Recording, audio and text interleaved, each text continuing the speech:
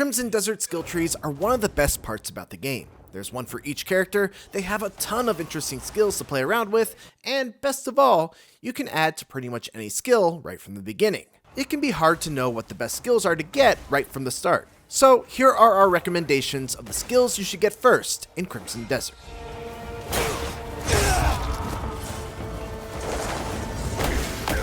First off, you should know that in addition to the skills menu offering up actual skills, you can also choose to put your points into stat upgrades for your health, stamina, and spirit. Putting points into health obviously will increase your maximum life, allowing you to take more hits before you die. Putting points into stamina will affect things like sprinting, climbing, grappling, and throwing. And putting points into spirit will affect your special attacks, like Turning Slash, your focus abilities, Force Palm, etc. Early on, the smartest use of your Abyss artifacts is arguably to just increase your stats and focus on your core moveset of light attack combos, heavy attack combos, and your Turning Slash as both a finisher and a move that lets you armor through enemy attacks. That said, that's also kind of boring, and you'll be missing out on the real fun that Crimson Desert's combat offers if you just focus on increasing your stats. So if you're looking to thrive as opposed to just survive, I'd recommend putting 2 or 3 points into each stat at the start, and then saving the rest of your artifacts for the following skills, at least at the beginning. Full disclosure, I'm a big pro wrestling fan, so maybe my bias is showing here, but I truly think that the first stop you should make on Cliff's skill tree is the grappling node, where you can pick up Lariat. The skill name is Lariat, but it's actually an RKO, and it's one of the most satisfying moves in the game. Not only that though, it's genuinely a very strong attack against regular enemies and cliff-sized bosses that not only does big single target damage, but also does some AoE damage when you hit the ground. Not to mention the fact that you're invulnerable to strikes during the duration of the move. It's a great skill to punctuate sword combos, or to create some space when you're getting swarmed. And best of all, it just costs a single artifact. Another great value at just a single artifact is the Blinding Flash finisher. For this, you just need to hold down the left and right bumpers with your weapon out to temporarily blind nearby enemies, then while still holding the bumpers, you can hold the right trigger for a super satisfying flurry while time is slowed down. This is fantastic single target damage, and is especially helpful when you're hunting tough animals, like boars, as the slow-mo will prevent them from running away. It's just an excellent technique for when you need to deal a lot of damage really quickly.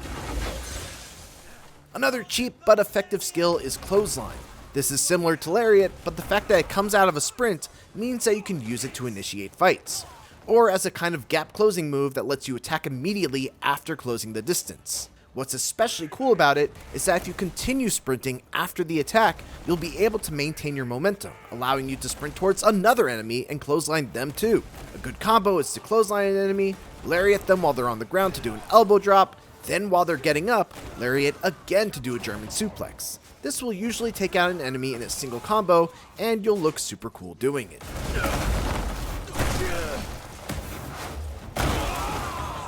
Evasive Roll isn't the most exciting ability, and you'll actually learn it in an early boss fight against Hornsplitter, but it's nonetheless a very important skill as it can prevent you from getting stun locked against elites or bosses that like to hit you with lengthy flurries. As soon as you get hit, simply press the roll button to get out of that situation.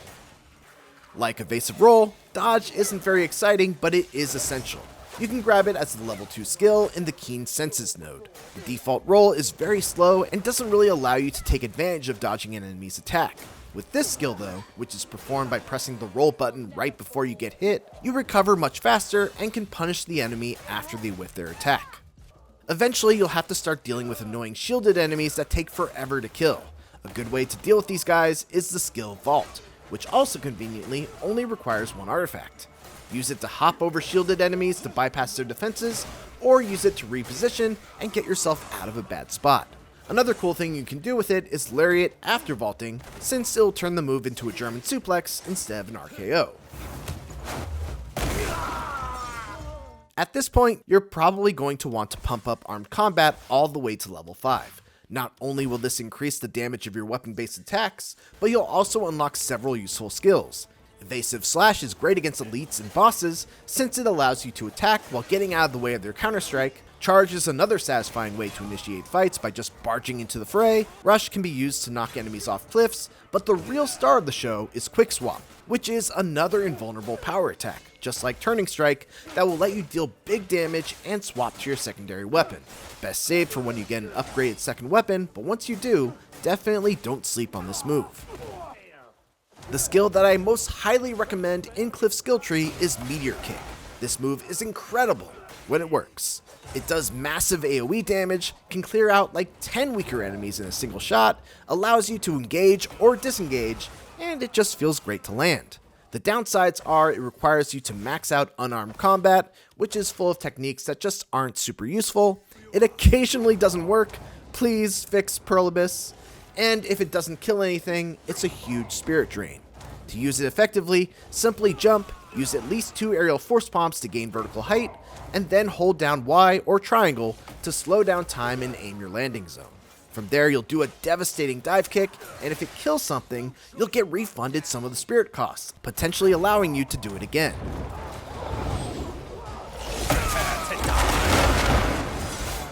Finally, it's not a combat-focused skill, but one thing you'll definitely want to have earlier rather than later is Aerial Maneuver, which will dramatically improve your ability to scale vertical heights.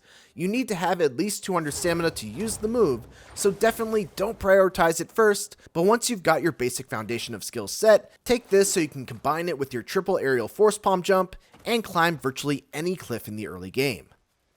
And that covers all the skills that we'd recommend springing for at the start of Crimson Desert, along with some reasoning as to why you'd want to take them over something else. Thanks for watching, and for more Crimson Desert, make sure to check out our videos covering the things you should do first and things it doesn't tell you. And for everything else, keep it here on IGN.